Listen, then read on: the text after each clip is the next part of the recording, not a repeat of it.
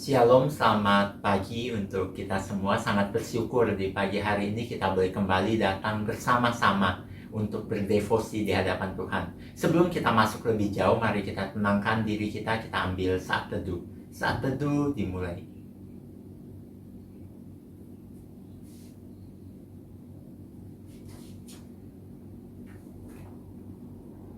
Saat teduh selesai. Saat ini kita bersama, kita mau nyanyikan satu pujian, yaitu hormat bagi Allah Bapa. Kita tinggikan Tuhan kita, karena Dia adalah Allah yang layak ditinggikan. Kita nyanyikan pujian hormat bagi Allah Bapa.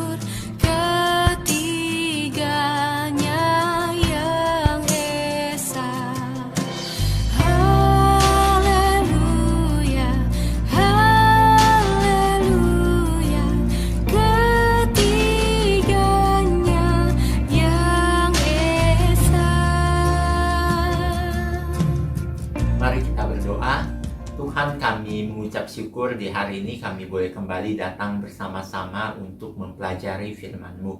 Dan kami serahkan waktu pembelajaran firman hari ini ke dalam tangan pimpinan Tuhan.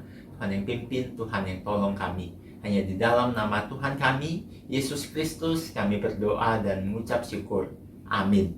Saat ini kita mau bersama-sama, kita mau mendengarkan pembacaan firman Tuhan dari Markus pasalnya yang ke-6, ayatnya yang pertama sampai ke-6.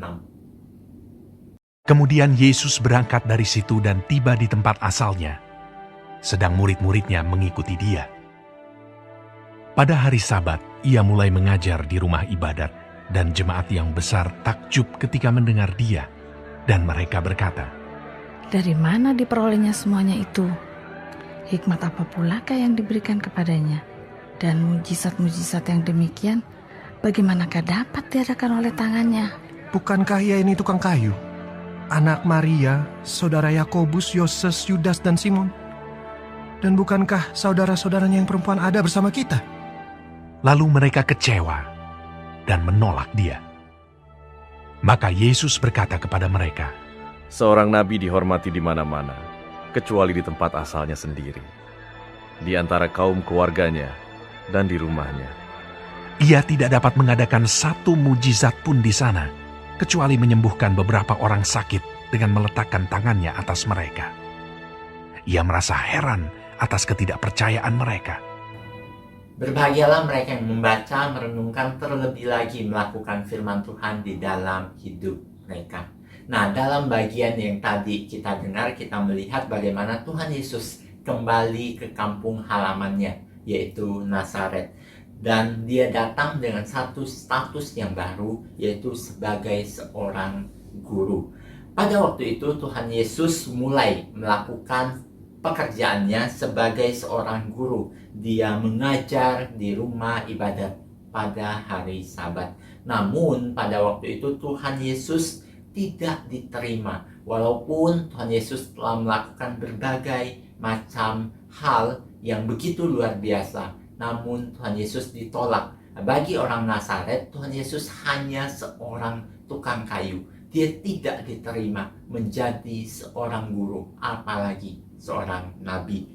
Tuhan Yesus menyikapi penolakan ini dengan rendah hati. Ia tidak memaksakan kehendaknya. Ia menyadari betapa sulitnya orang sekampungnya itu untuk mengakui Dia sebagai seorang nabi. Nah, dalam bagian ini kita dapat belajar beberapa hal. Yang pertama, kita dapat menyadari bahwa sebagai seorang manusia adalah terbatas.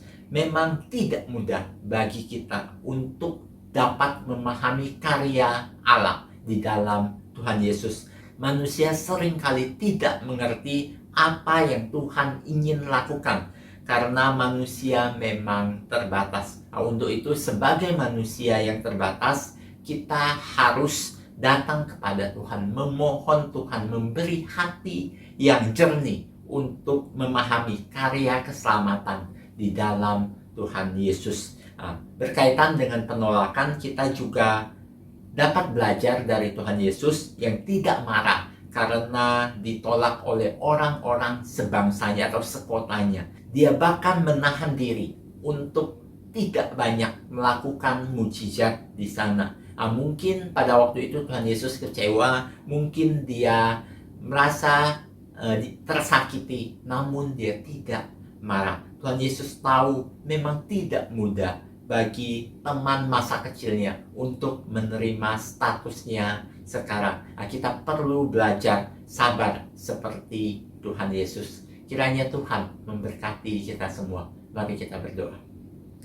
Tuhan, kami mengucap syukur hari ini kami kembali boleh mempelajari firman-Mu. Kami bersyukur atas firman-Mu yang boleh kami pelajari. Terima kasih Tuhan, hanya di dalam nama Tuhan kami, Yesus Kristus, kami berdoa dan mengucap syukur. Amin. Oke, devosi kita hari ini selesai. Kiranya Tuhan memberkati kita semua. Soli Deo Gloria.